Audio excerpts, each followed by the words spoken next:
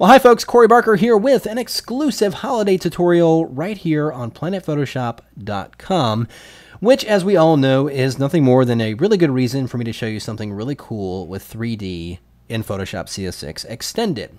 And in this case, we're actually going to take a look at some 3D text effects. And I've done a number of different types of 3D text effects, but in this particular example, we're going to look at a more cartoony approach to 3D text here inside Photoshop. And of course, we have some help from our little turkey fellow here. There he is. Hello. But we'll get back to him in just a moment. For now, we're going to concentrate just on the text. Now, appropriately enough, I've got the word yummy here because we all know we're going to be diving into a whole lot of good food next week, and that is certainly no problem with me. I enjoy as much as I can get.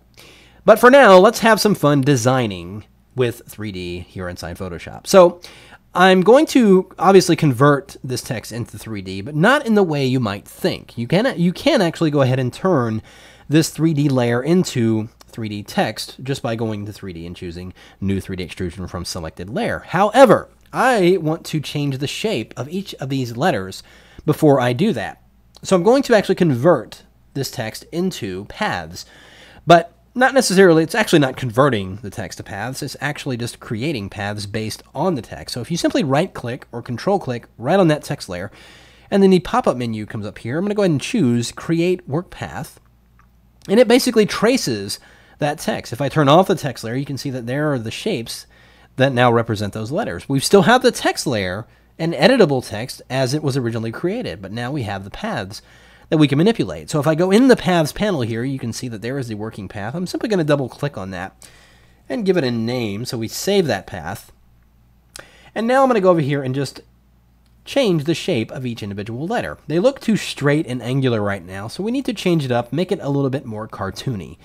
So I'm going to select that first letter and go ahead and press Command or Control T. Puts it in free transform mode.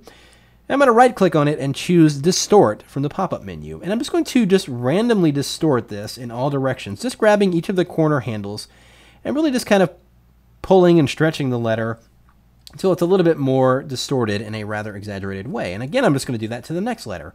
Once again, go and choose Distort, and we'll just manipulate this in different directions. Just kind of try and get creative with, changing the overall shape and make it just a little bit odd and cartoonish, so it doesn't look completely like normal like it does. This is one of the great things about text in Photoshop, is that you can convert it to a path and really have a lot of fun just manipulating these paths because they are vector paths, which means they are resolution independent, and allowing us to modify the shapes without affecting the quality of it because it is simply paths right now. We haven't converted it into any type of raster graphic at the moment. We're simply just going in here and manipulating the shape of these paths. And we're not worried about whether or not we're affecting the quality or not. So I'm just going to manipulate these last couple objects here, and let's go ahead and get that exclamation point. And we'll just kind of bend that and stretch that down here, and that looks pretty good. All right. So now I've got all the individual letters stretched and distorted in different shapes. I'm actually going to space these apart, not necessarily in the way I would have the final look, because we're actually going to be doing something differently in the final look. But what I don't want is to have any of them overlapping like that, because when we go and create 3D, if it senses that two shapes overlap like that, it will merge them into a single 3D shape. So we want to have each letter be its own individual 3D object. So we want to make sure that they're not touching each other at all here in the overall layout. So now I'm going to go into my Layers panel and create a new blank layer, and let's just give this a full color fill. I'm actually going to select this red color. I can actually go and find my little turkey guy. We'll call him up and just sample a color. Since we want it to all kind of really mesh together here, we'll just kind of get the darker red in this color here and go ahead and fill that background layer with that red color. I'm going to turn off my turkey guy here. He just keeps popping up every now and then, doesn't he? But he'll come back into play in just a moment. So I've got the blank layer. Well, it's no longer blank. It's actually filled with red, and we've got our paths. So I'm going to go and select all of these paths here, and then simply go into the 3D menu and choose New 3D Extrusion from Selected Path. And it's going to go ahead and create that, and already it looks rather interesting. It's got that kind of cartoony look about the letters. It's extruded it, and it's actually looking kind of cool. And it's gone ahead and created that shadow because it's by default has that ground plane that exists when you create a 3D object. And I'm actually going, ordinarily I would probably get rid of that shadow, but in this case it actually works, so I'm going to go ahead and leave it. Now I can go over here and change my angle so I'm looking at, you know, more of an upward angle of the text or something like that, but I'm actually just going to kind of keep it right about there. Now, right now, it is treating this text as one single 3D object. Notice when I maneuver it around, it's treating it as one object, and that's fine for the moment because we're going to apply a couple of different effects to it. Now, the first thing is the extrusion. The sides here, you can see, are a dark color. Now, I'm going to change that color by simply going in the Layers panel here, and in the 3D layer, we have Layer 2 Extrusion Material. Now, if you double-click on that, it will actually open up a separate document. Now inside you can see it's filled with nothing. It just by default has that kind of dark black on there. But I'm going to give this actually a dark red fill. So I'm actually going to use a similar color to the red and just make it a little bit darker. Because I don't want it to be black, but I just want to use kind of a dark red. Maybe a little bit darker than that, really. So something like that. And I'm going to close that, save the changes. And you can see it's updated in there. But now what I want to do is add a little bit of a bevel to this front face of this text. So in the 3D panel, I'm going to go and choose the layer that contains this text, which is layer 2 in this case. And over here in the Properties panel, we have these tabs at the top. Now go ahead and click on the third tab over, which is the cap settings here. And inside of there, you'll see the bevel settings. Now I'm just going to grab the width. I'm just going to use the slider here. Just click on that little arrow and just grab the slider here and move it up until you see the beveling start to take shape on the text. Now, I'm not going to do too much of it. I'm just going to go right about there. And you could certainly manipulate the angle too. If you wanted it to angle higher, perhaps you could do this. You can even bring it down lower a little bit. But I'm actually going to leave it where it was, but just know that you can change that. And you'll notice the text is looking a little bit, has a little bit more shape to it and dimension. It's looking a little bit more interesting than it did a moment ago. Now, if in this case the extrusion depth is not that bad, but if you discover that you did want to change that, you can go back to the mesh settings here, and then here you have extrusion depth. Notice the default is 365. Well, I can grab this slider and make these letters shorter just by dragging that slider in there. I'm just going to actually keep that a little bit, probably put it in, let's just do 200. There we go. So the extrusion looks pretty good. All right. Well, now I want to give a little bit of a shading to the front face of this text. And there's certainly a number of ways we can do that, but I'm just going to do it quick and dirty by going into the actual front mesh setting. So I'm going to go over here into the 3D menu, and under the Layer 2, we have Layer 2 Front Inflation Material. Go ahead and highlight that, and then over here in the Properties panel, we have a fusing, or the diffuse setting right here. Now next to that swatch, there is a little folder icon. I'm just going to go to click on that and choose Edit Texture. It opens up the document, and you can see there's that original red fill that we had a moment ago. And if I go into Paths panel, there's the paths that it is creating that shape from. So here's what I'm going to do.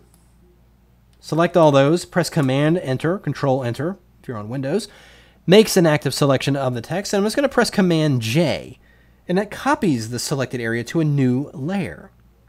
Now on that layer, where we've cut out the text basically, I'm going to add a layer style. So just double click on the layer or simply go into the layer style menu and choose gradient overlay. Now I'm going to change nothing about the gradient overlay except the blend mode. In this case, I'm going to change it from normal to overlay. And you'll notice it's giving me a little bit of a gradient.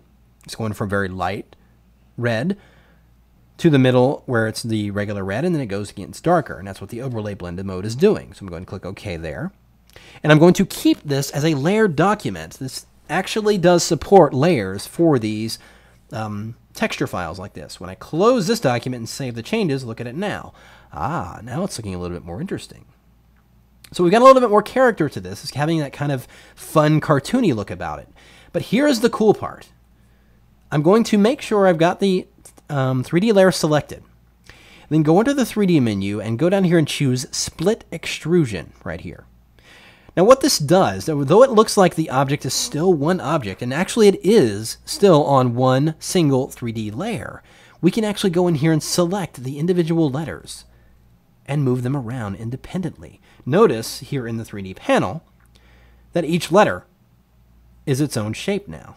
Whereas we had that layer 2 and it had the front inflation and everything like that, it has broken them up into individual objects now.